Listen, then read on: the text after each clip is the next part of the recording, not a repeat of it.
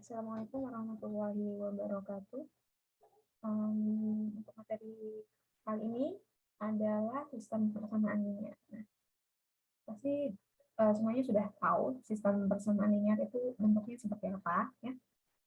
Coba kita lihat contohnya langsung. Oke, ini adalah contoh persamaan linear. Dan di bawah ini bukan persamaan linear. Jadi sistem persamaan linear itu terdiri dari beberapa variabel. Di sini ada variabel x, y, bisa juga ada z-nya, ada bisa pakai x1, x2, x3, x4 dan seterusnya.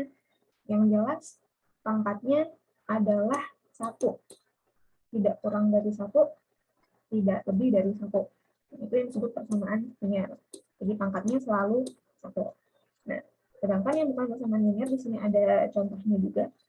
Yang pertama di sini karena pangkatnya lebih dari 1, maka di sini dia disebut sebagai persamaan kuadrat.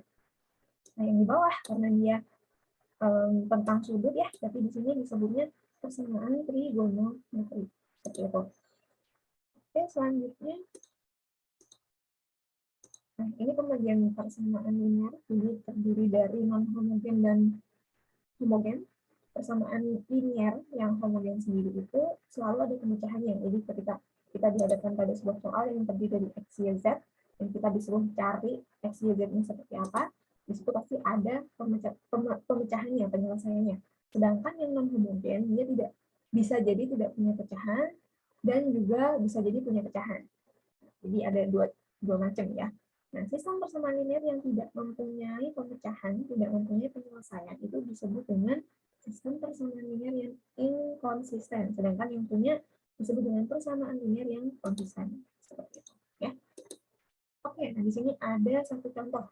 Sebagai contoh nomor 1, di sini tidak punya pecahan. Nah, coba kita cari bareng-bareng. Kita buktikan bareng-bareng kenapa sistem persamaan ini tidak ada pemecahannya. Oke, kita samakan dulu x-nya. Sorry, ini ada y-nya harusnya. Oke, kita cari dulu. Berarti yang atas kita kalikan 2 supaya 2x-nya jadi 4x. Berarti kalau dikalikan 2 semua, 4x ditambah 6y sama dengan 8 kali 2, 16. Sorry, direct tulisannya. Oke, kemudian yang bawah karena tidak ada perkalian sama sekali, berarti tetap ya, 6y sama dengan 10. Nah, kalau kita eliminasi seperti ini, 4x dikali 4x habis, 6y dikali 6y juga habis. Nah, berarti seperti ini tidak ada pemecahannya, baik x maupun y-nya. Seperti itu maksudnya ya, yang dimaksud dengan persamaan linear yang inkonsisten. Nah, sementara yang nomor 2, di sini ada pemecahannya. Coba nanti dicari sendiri ya, bagaimana caranya untuk mencari x-nya biar dapat minus 1 dan y-nya 3. Oke, selanjutnya. Nah, kalau biasanya tadi kita menyelesaikan persamaan linear yang hanya terdiri dari x dan y aja, kita bisa pakai metode eliminasi substitusi ya. Nah, kalau di sini kita akan belajar tentang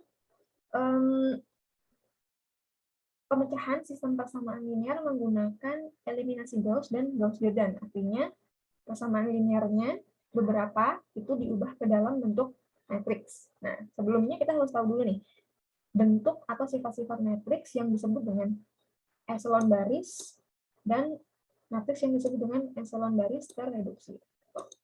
Oke, jadi matriks dalam bentuk eselon baris dan eselon baris terreduksi itu hampir sama.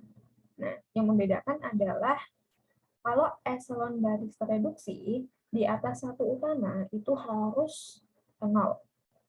Di atas satu utama harus 0. Nah, kita coba cari tahu dulu nih bagaimana sifat-sifatnya ke dalam contoh matriks yang sebenarnya. Oke.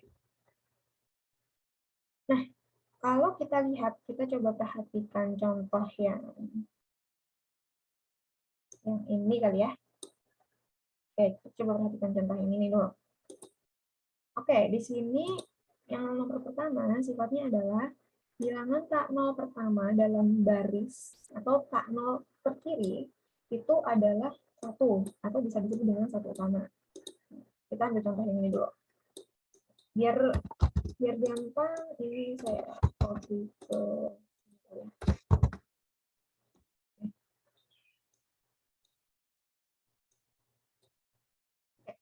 bilangan tak nol pertama pada baris atau tak nol terkiri adalah satu.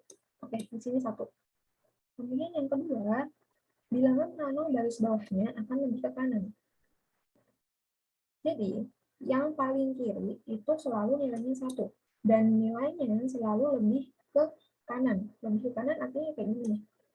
Ini kan nggak lurus nih, artinya lebih indent.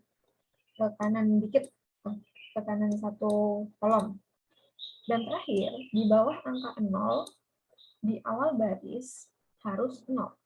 Nah, di bawah angka 0 di awal baris, ini ya, harus 0. Angka 0 di awal baris, bawahnya harus 0. Nah, kayak tadi ada aturan yang kedua, kan 0 baris bawahnya lebih ke kanan. Jadi, kurang lebih bentuknya seperti ini. Nah, ini disebut dengan eselon baris matriks dalam bentuk eselon baris. Nah, lalu apa bedanya dengan matriks eselon baris tereduksi?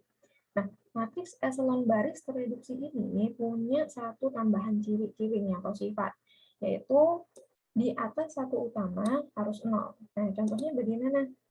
Oke, kita ambil contoh ini. Oh, sorry.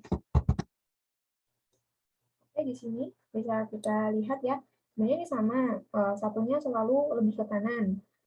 Terus juga di bawah 0 pertama itu bawahnya juga harus 0.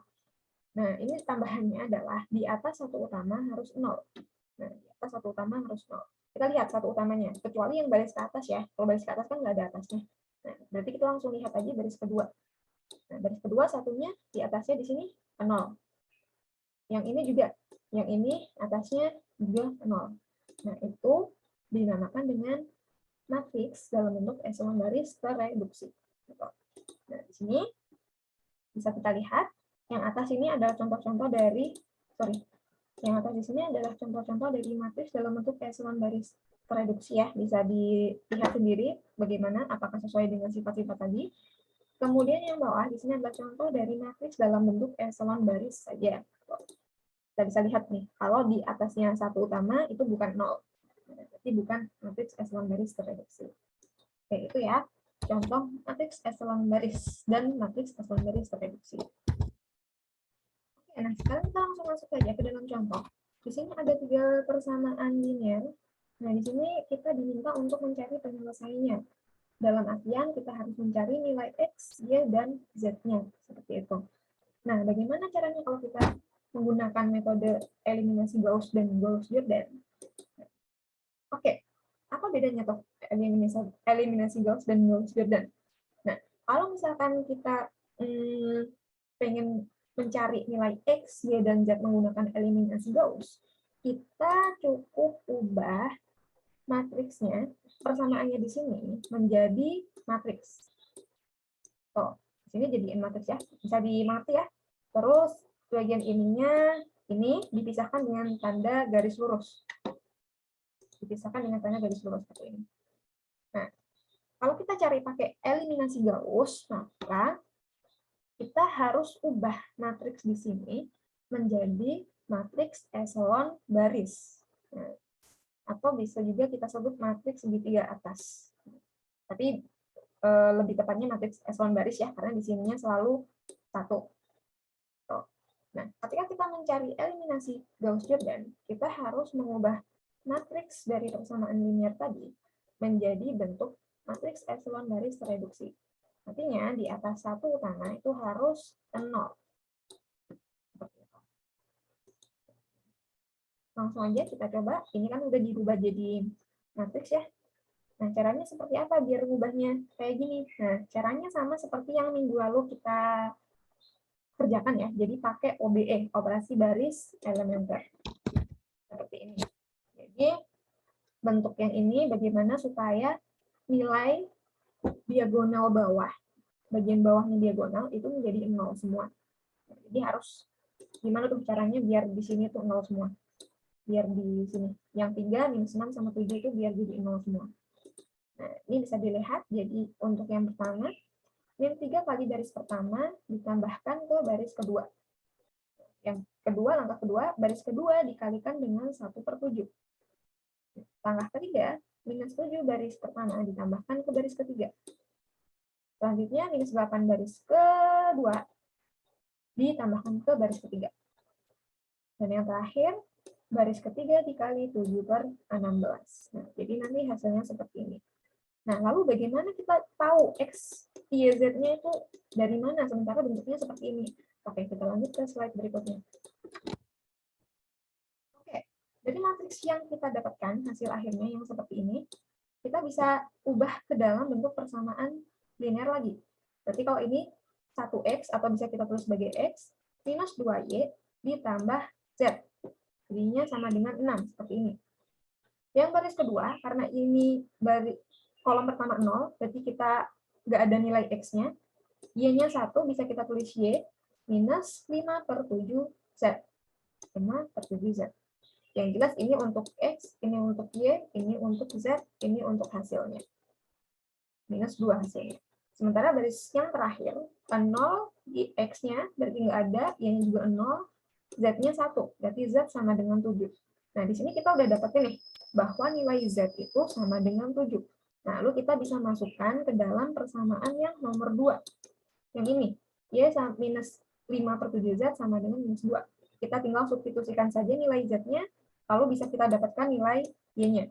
Begitupun dengan nilai X, kita tinggal substitusikan nilai X dan Y-nya ke dalam persamaan yang pertama. Lalu kita akan dapatkan nilai X-nya sama dengan 5. Seperti itu. Oke, itu ya, itu untuk eliminasi Gauss. Nah, lalu untuk eliminasi Gauss-Jordan seperti apa? Nah, sebenarnya eliminasi Gauss-Jordan itu kita tinggal melanjutkan aja eliminasi Gauss. Nah, kita tinggal ubah yang nilai yang atas-atas ini segitiga atas, menjadi 0. Ini udah ada caranya, nanti bisa dilatih sendiri ya, dicoba sendiri. Baris ketiga dikali 5/7 ditambahkan ke baris kedua. Kemudian 2 kali baris kedua ditambahkan ke baris pertama. Terakhir, minus 1 baris ketiga ditambahkan ke baris pertama. Nah, kalau kayak gini lebih gampang ya. Kita bisa langsung dapatkan matriks seperti ini, di mana ini X, ini Y, ini Z. Berarti X-nya langsung didapetin. X-nya 5, Y-nya 3, dan Z-nya sama dengan 7. Maka input penyelesaiannya 5, 3, dan 7. Oke, itu antara Gauss, eliminasi Gauss, dan Gauss-Jordan untuk menyelesaikan persamaan linear. Oke, setelah itu, di sini ada 4 soal, karena kita tidak bisa meeting secara langsung, sebenarnya saya minta ini untuk dibagi ke 4 kelompok dalam satu kelas, tapi karena daring ya, jadi coba teman-teman di sini kerjakan yang nomor A saja. Coba dikerjakan menggunakan eliminasi Gauss dan Gauss-Jordan. Gitu. Yang nomor 1 aja, yang lainnya nggak usah. Seperti itu ya. Oke, nomor 1 saja. Yang A maksudnya, yang A saja. Oke, itu saja cukup. Kemudian ini saya akan jelasin sedikit pengaplikasian matriks ya. Nah, yang pertama ini pengaplikasian matriks OBE yang pernah kita coba minggu lalu ya, ke dalam untuk mengetahui arus lalu lintas gitu. Nah, ini kita punya satu gambar ya, punya satu gambar arus lalu lintas. Ini saya dapetin dari buku. Di sini kita lihat ada perempatan A, perempatan B, perempatan C, dan perempatan D. Di mana setiap perempatan ini ada yang masuk, ada yang keluar. Nah, di mana yang masuk itu jumlahnya harus sama dengan yang keluar. Atau yang keluar, jumlah yang keluar itu harus sama dengan yang masuk. Nanti kalau enggak, yang keluar enggak sama dengan yang masuk, berarti kemana dong yang lain? Kan seperti itu. Nah, ini bisa kita bentuk, ubah ke dalam bentuk persamaan dulu. Jadi, misalkan nih contohnya yang pertama, kita lihat nih, X1. X1 ini ya, X1 ditambah 450, atau bisa kita sebut ini sebagai masuk, sama dengan X2 tambah 650. X2 ditambah, 610 sini, atau kita bisa sebut sebagai keluar. Nah, kita ubah semuanya, semua perempatan ke dalam bentuk persamaan seperti ini. Nah, kemudian kita bisa ubahnya ke dalam matriks lagi. Jadi nanti bentuknya seperti ini kurang lebih. Nanti bisa dihitung sendiri. Tuh. Itu untuk pengaplikasian OBE, operasi baris elementer. Nah, jadi matriks yang udah kita dapetin tadi diubah ke dalam matriks apa namanya? Matriks identitas, sorry. Kita ubah ke dalam matriks identitas. Tuh. Pengaplikasian yang kedua, ini pengaplikasian matriks, pengaplikasian perkalian matriks ya lebih tepatnya, dan sistem persamaan linear. Jadi di sini untuk menghitung apa ya, keberhasilan seseorang dalam menurunkan berat badan gitu ya. Nah, jadi di sini ada satu tabel di mana yang menggambarkan ya kalori yang terbakar setiap jam oleh olahraga berikut: jalan kaki, lari, bersepeda, dan tenis. Nah, jadi sebagai contoh misalkan jalan kaki nih, jalan kaki kalau berat badannya 192 pon, jalan kaki 2 mil per jam itu dapat membakar sekian kalori, gitu. Dapat membakar sekian kalori dan seterusnya, gitu ya. Dan di sini ada satu kasus. Berat badan seorang anak laki-laki bernama Rizky adalah 178 pon. Artinya berat badannya Rizky ada di kolom paling akhir di sini. Nah, Rizky ingin mengurangi berat badannya melalui suatu rencana latihan fisik. Setelah mencari keterangan dari tabel jumlah kalori yang terbakar setiap jam, di tabel 1 ini, dia membuat jadwal latihan fisik yang dituliskan pada tabel 2. Nah, tabel 2-nya seperti apa? Ini tabel 2. Nah, jadi hari Senin dia akan latihan sebanyak sekian jam di jadwal latihannya ya. Jalan sekian jam, larinya sekian jam, bersepeda sekian jam, dan seterusnya.